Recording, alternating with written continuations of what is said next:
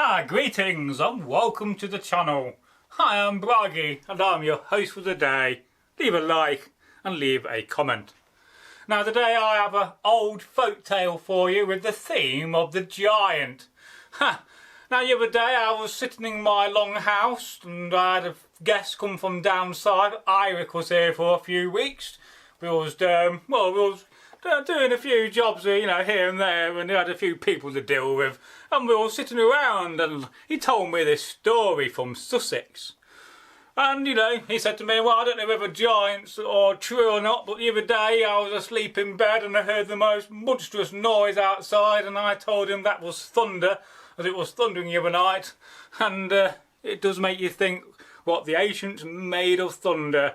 Now our story today, as I said, comes from Sussex, a wonderful county down south in England, Wessex to be in fact. And the story is called The Breed Giant. Now, 1,000 years ago or more, in the land of the Anglo-Saxons and the Vikings, it was towards the end of the Viking Age, that great period of history I love. And, well, some people, some villagers, way down south in Sussex were having a problem with a giant. And nobody could decide what to do. This giant kept on coming, eating their livestock. The farmer one day, old Neil the farmer, came to the village and knocked on the chief's door, the lord of the manor, the earl, whoever, what rank he had, and he said, oi, the giant's at most my sheep, mare. And, well, the guy said, what, nothing we can do about it. It's a giant. You just have to put up with it. And then a few weeks later, a farmer of cows came and said that he's found a load of his cows being ate and being cooked on a big fire, and he's lost half his herd. And, complaining about it, as you do. And another man said that he was been collecting wood for months and months and months for the next coming winter, because you never know how winter's going to be in the old dark ages. It could be very bad. So he made a massive pile of logs, and apparently one night the giant came along and scooped them all up in his palm of his hand, because he wanted some firewood for his cave. Probably lived in a cave in somewhere, or maybe he lived by the sea, I don't know. And so, all of the elders of the village got together, and they could not decide what to do. One of them said, well, we need to hire a load of men, some good warriors, and, let them fight the giants and kill it.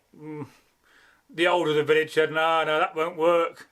Another man said, what about gold and jewellery? We could raise all the money between us and pay him off and get him to go somewhere else, he can go to Norfolk instead.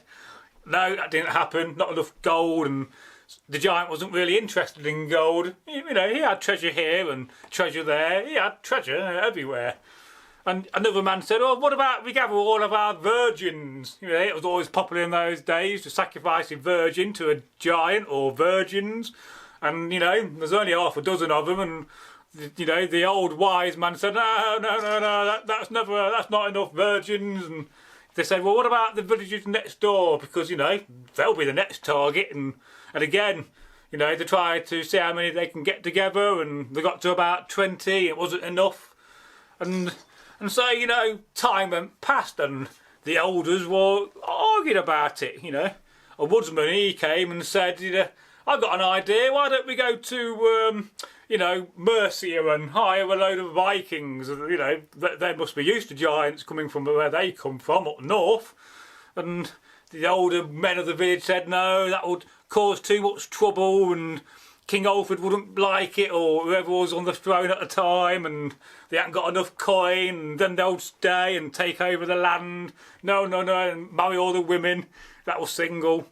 And again, they kept on arguing, and they kept on bickering, and now this village was quite close to a river, and on the old river was a very, very old wooden bridge, and the people around used to call it the groaning bridge, because you could hear the wooden beams creaking, and it was said to go back hundreds of years and has been maintained ever since.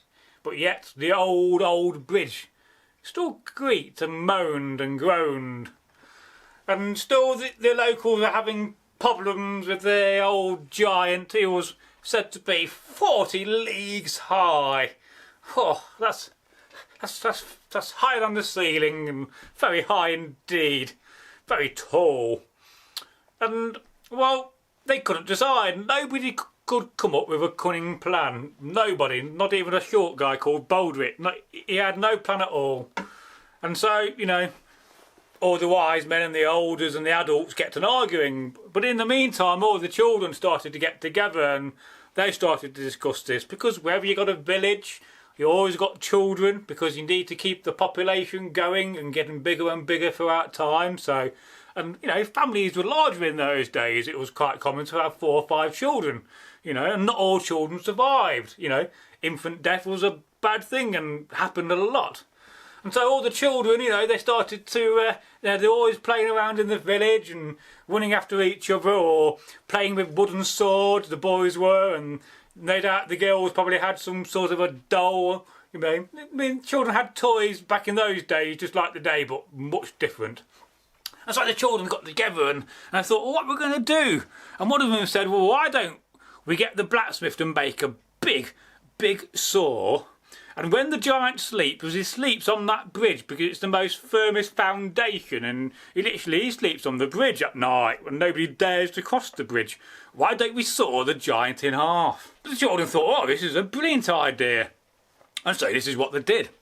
They went to the old blacksmith in secret and they paid for him to make a giant saw. It was said to be, you know, 5 leagues across. And then at night they managed to go to the ale house and get some ale for the giant, and the innkeeper agreed to go and take a cart's worth and, you know, drove it up in his awesome cart very carefully. In fact, he was very frightened, and, you know, he managed to get the beer and the barrels of ale off before the giant saw it, and then the giant drank them all in a few mouthfuls and was feeling rather tipsy, and, you know, they managed to put some herbs in which made him a bit sleepy and put him to sleep. And then the children got to work. It sounds horrifying, but in today's world, with children being as horrifying as they are back in the day, they got the big saw and they sawed the giant in half. And now it is said today that the giant's ghost may be seen on the bridge, on Groaning Bridge, or where the bridge used to be in Sussex. I would not like to go there myself. It does make you think how the children had the strength to actually saw the giant in half, because I imagine that was a very big job. And let's face it, you don't want to wake up a giant when you're sawing him in half. He's not like some magician, are you, Paul Daniels? It's magic. You know, no. And a lot of you won't even know who that is. But, you know, I do love a good story. And I love a good story about giants. So, please like the video, and above all, share the video. If you can do those 2 things for us, that will help the channel grow and we can reach a bigger, wider audience. Because after all, you know, these stories are such lovely stories, and I saw this on TikTok from a TikToker, and I remember reading it many years ago, and a very similar giant story about it as well, with a bridge. And, you know, a very common theme are bridges in folk tales. So goodbye from me. Goodbye from Sax holding Braggy as I put it away.